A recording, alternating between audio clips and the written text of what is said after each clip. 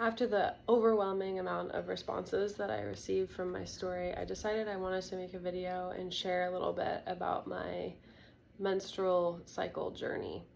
I would say that if you are a man in a relationship with a woman, this video could also be really important for you to deeper understand what your partner is experiencing and how I guess devalidated we feel at times, and sometimes even hopeless. Basically, I want to make this video as short as I can so it's not really long to watch, but a lot of women were asking questions about my experience with my surgery and my experience beforehand, before I got my surgery. So I'm just gonna sum it up. Basically, for the first from I was 13 years old to when I was 22 years old, I was on birth control consistently because I was having irregular periods. And that's the first thing that the gynecologist suggested that I do, is take birth control. So I started taking birth control and my symptoms went away and I had regular periods and I wasn't having pain. As the years went by, I started to experience this feeling of wanting to live a more natural lifestyle, and I just really wanted to get off my birth control. So, because I know there's a lot of symptoms of birth control. I'm really grateful for it at the time because it did help ease my symptoms, because nothing else and nobody else could help me or tell me what worked or didn't work. So I took birth control up until I was 22 and I took a break. It took about a year and a few months to kind of get rid of the effect of the birth control in my body, is what I was feeling, and everything just came crashing down on me. It started with a little bit of pain, and then the pain built up, and then the pain was excruciating. I don't even know how to describe this pain that I was feeling to someone. It's really intense because the pain was so bad and for so long that there were points where I seriously did not want to be alive, because I felt like not being here would have been better than sitting in that pain for days and hours on end. It was to the point where I had to be carried to the bathroom. I was laying limp on my bed, and my partner at the time had to carry me physically to the bathroom so I could use the bathroom, and then hold me up on the toilet, because if I used any fiber of muscle in my body, I would either have a seizure or black out, and then I would fall over and hit my head, and then that's a whole nother problem. So I was having to be held up on the toilet and then taken from the toilet back into the bed. And this is how it was for 7 entire days.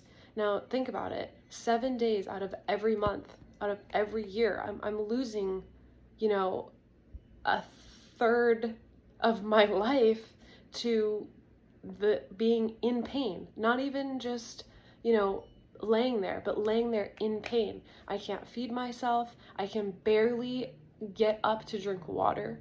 I have to have someone taking care of me like an elderly person. This is truly a disability. So I lost several jobs over this. I told people in the beginning that I would need to take a few days off and I would just pump myself full of pills and go back to work as soon as I could. So I lost several jobs over it because nobody would allow me to take 2 to 3 days off a month, even women. And I was taking so many Advil and ibuprofen that I actually overdosed on ibuprofen, and I almost had to get my stomach pumped because of how much ibuprofen I was taking, because I just wanted the pain to go away. So I made myself very ill. I was taking several 800 milligram ibuprofens a day, which is very dangerous for me and my stomach because I have a sensitive stomach and I'm small, so it's just not, it wasn't good for me, and I knew it, but I didn't know what to do. I was using recreational drugs. I was using, anti-anxiety medication. I was using every drug pretty much that I could possibly get my hands on because of the amount of pain that I was in. It was insane. And I don't want to, compare my pain to childbirth, because I have never given birth to a child. I have no idea how that feels. But when I described these symptoms and this pain to my gynecologist told me that my body seemed like it thought that I was giving birth every month. So just an example of how intense and extreme the pain was.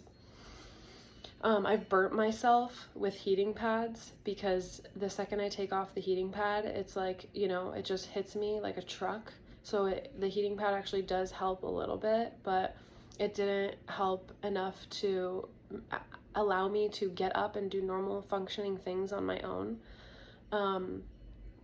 I tried to do multiple different diets. I was vegan, I was raw vegan, I was only eating red meat. I didn't eat red meat. I was pescatarian. I did fruit cleanses. I did enemas. I did acupuncture. I did almost everything that you can possibly imagine. I worked with herbs. I took 25 different supplements a day. I just quit my restaurant job because I thought I wasn't getting enough sleep. So then I, went back to being a teacher, and I just tried everything, and I just felt absolutely hopeless and crushed, because every time I would go to the doctor, it was always the same solution. Just take birth control. Just take birth control. Just take birth control. Take ibuprofen. And I didn't want to take birth control anymore, but I didn't know what to do because nobody would help me. And for someone to have a debilitating, essentially disease that doesn't allow you to live your life a third of the month. Sometimes I was out for 2 weeks. So sometimes half of the month I was out. Just out. Non-responsive. Like, people would wake me up to make me eat and drink, and then I would just go back to sleep. And, I also want to mention that my mental sanity was at risk too, because, I personally feel that when I'm not around my cycle, I think I'm really balanced, and I, for lack of better words, I have my shit together. And I really work on myself a lot, and I try to do what I can to reduce my anxiety and, be realistic, and I don't have a chemical imbalance. So when I was experiencing the time around my period, I would go into a state of psychosis, basically. I didn't know what was real and what was not real. My stress and my cortisol levels were through the roof. I couldn't function normally with my friends and family. I could not have a conversation with someone because everything that I was thinking and speaking was out of delusionality. I thought the whole world was against me. I thought, everybody hated me, and I was a terrible, horrible person, and I wasn't doing enough. And I mean, it was so intense. Like, we have those regular thoughts in the back of our mind every once in a while, but this was so intense. I mean, I was suicidal. I mean, there's no other way to say it. I really was. And, normally I am not. So I knew something was wrong, and this was not normal. And we should not have to feel like this.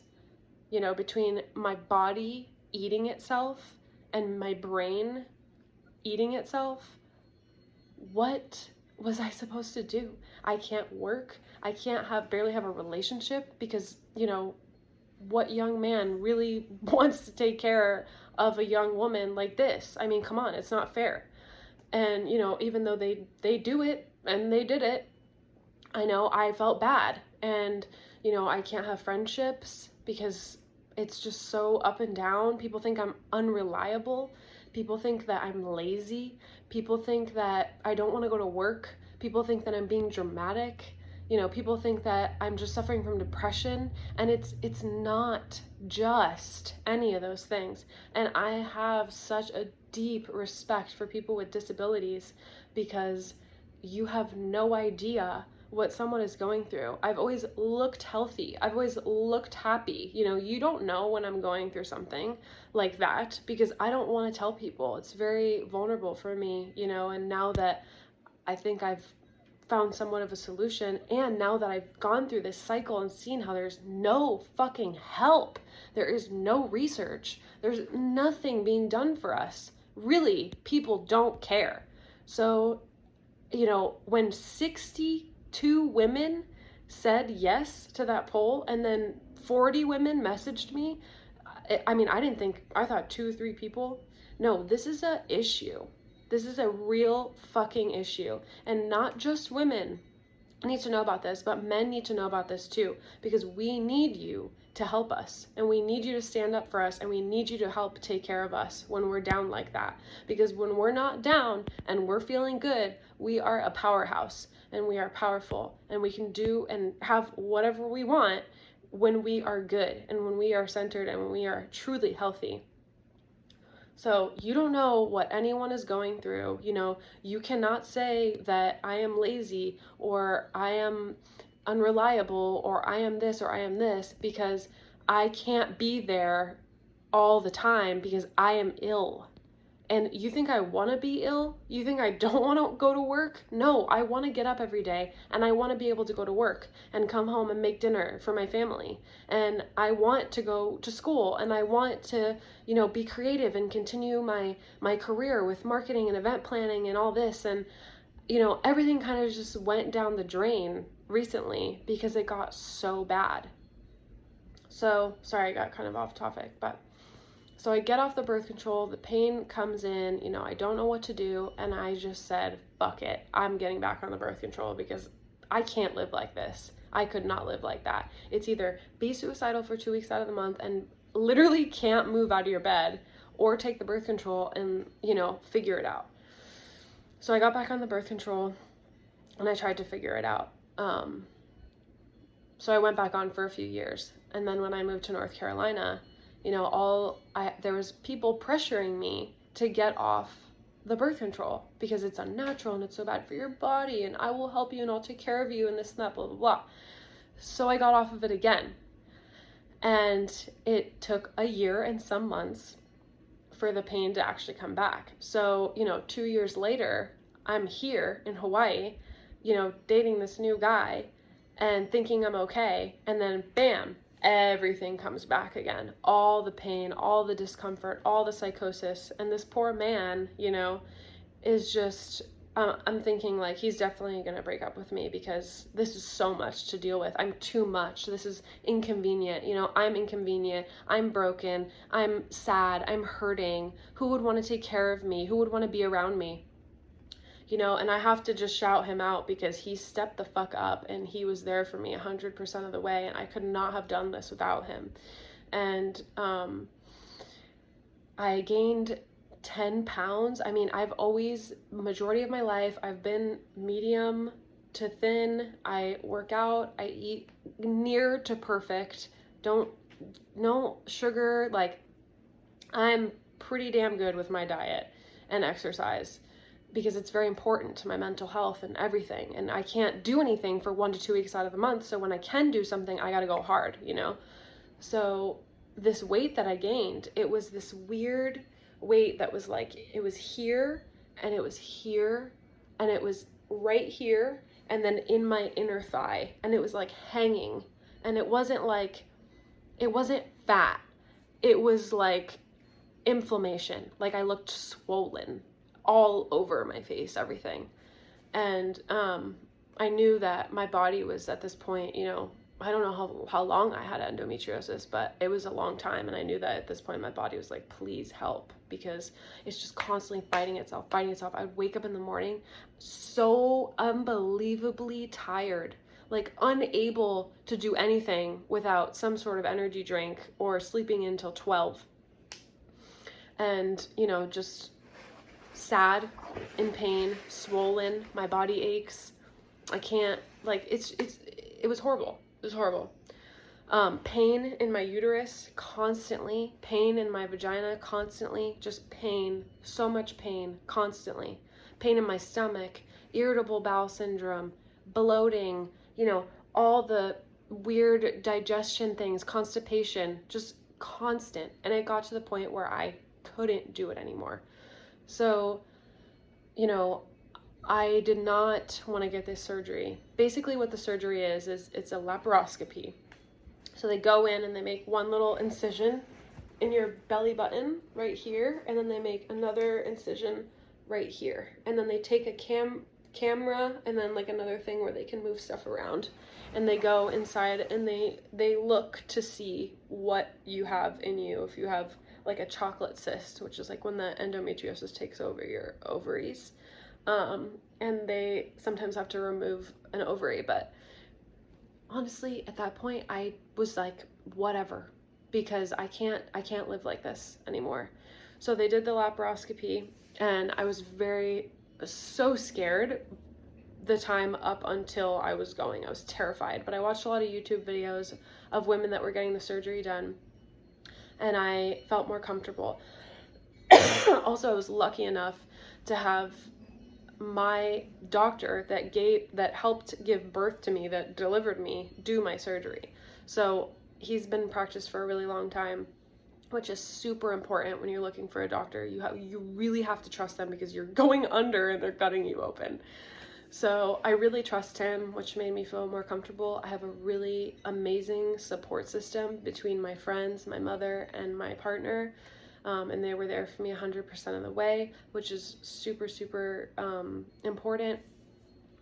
And I did it in Florida, so in Miami, where I was born, with that doctor that we really trust. So I was in my home, in my homeland, doing it there. So basically they put you out, which honestly is kind of fun because they do it really slowly, and then you get like kind of relaxed, and then you just get more relaxed until you fall asleep. So that part is really not scary. I was kind of scared that it was going to just hit me and I was going to get anxiety, but it just like comes at a very gentle level, and then you just fall asleep.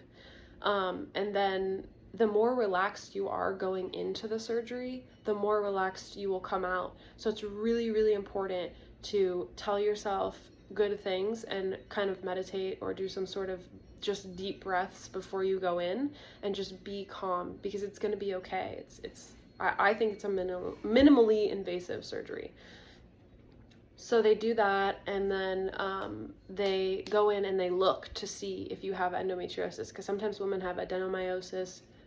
There's so many different things that you could have.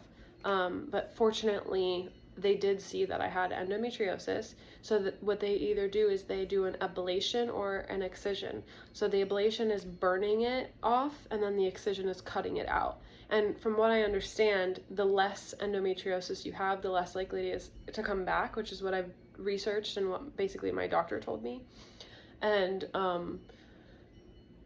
so I had one dot of this evil, disgusting, sick disease gave me this, quarter lifetime of pain. This one little dot. It's insane. Some people can have so much endometriosis and no symptoms, and some people can have one dot of endometriosis and the worst symptoms.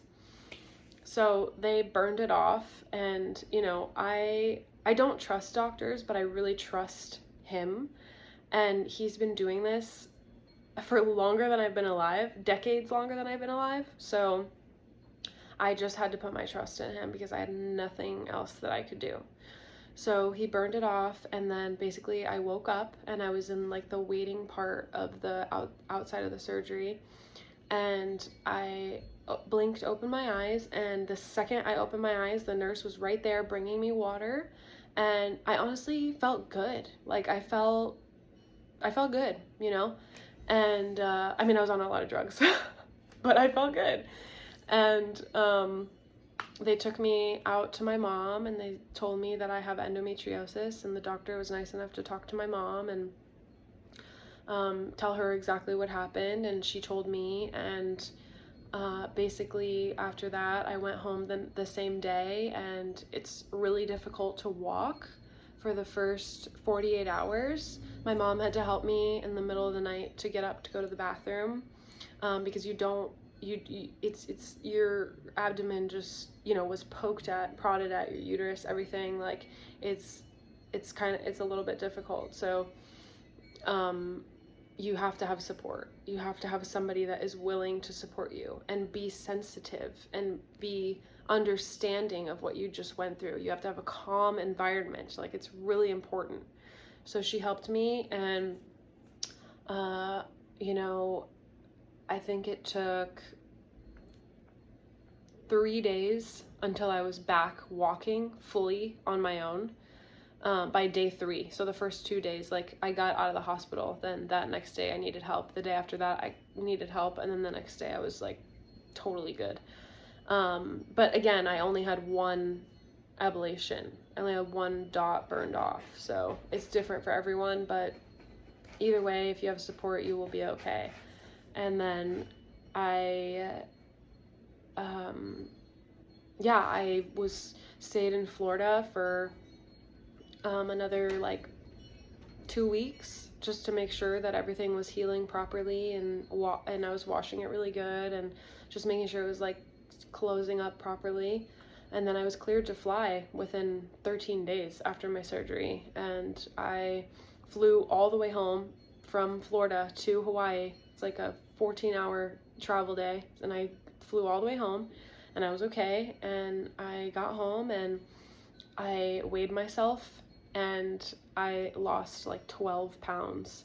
And I looked at myself, and all like this is normal, but the stuff that I had was like, it was like loose skin that was hanging, and my face went down. Like, my face was like out to here, just totally went down. Like, my stomach went down, my legs went down. And at this point, I got my surgery in April. Yeah, so it's been 3 months about, and I feel so much better. My first 2 periods were pretty rough, and then the third one was pretty good. This last one, I went surfing 2 days before my period, and then I went surfing again on the 3rd day of my period. Like, unheard of. Like, unheard of. I could have never done that. I could have never even been standing 2 days before my period and on my 3rd day of my period. Like, what the fuck? Insane. So right now I have a lot of relief, and you know, I'm still healing, and I'm still trying to, again, for the 100th time, rotate my diet and really understand what's going on within my body. But yeah, that's been my experience, and I could go on a rant about how fucked up it is that there's no research being done on endometriosis, why it's there, where it comes from, why it comes back, how it can come back, how we can make it not come back. You know, this is an attack on women. I don't know who the fuck blew this endometriosis powder in the air and made us all suffer with this bullshit, but it is unfair, and it is wrong. And even if you don't have endometriosis, women are struggling.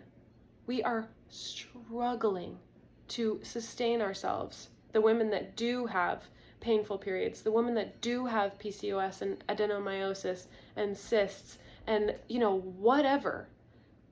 It is so hard. This is our life force. We bring life into this world with this, and we are struggling. It is painful. Our life force is in pain. It's hurting, and we need support, and we need help, and the men need to step up and be there for us, and just know, so we can know that we have someone to lean on if we don't have our family. And if, you know, our friends are, that's not really their responsibility. But I mean, if you're going to commit to a woman, you know, commit to that woman and be there for her. And don't just blame her being crazy or her being lazy or whatever. If this woman is really, truly struggling, help her, talk to her, cook her a nice meal, rub her belly. Like, we need you. We do. I will say that. I have no issue saying that, because this man is a godsend to my life, truly. And I could not have done this surgery that I've waited almost 10 years to do without him. So between him and my mother and my friends, you know, that support really led me to where I am now, and I'm forever grateful. And I don't know if it will come back, and I don't know when, but all I pray is that I can have healthy babies and that I can continue to figure out how to help other women and help myself, my future self. So yeah, sorry, that ended up being 25 minutes, but if you have any questions, I'm open to it. I'm not a doctor, obviously.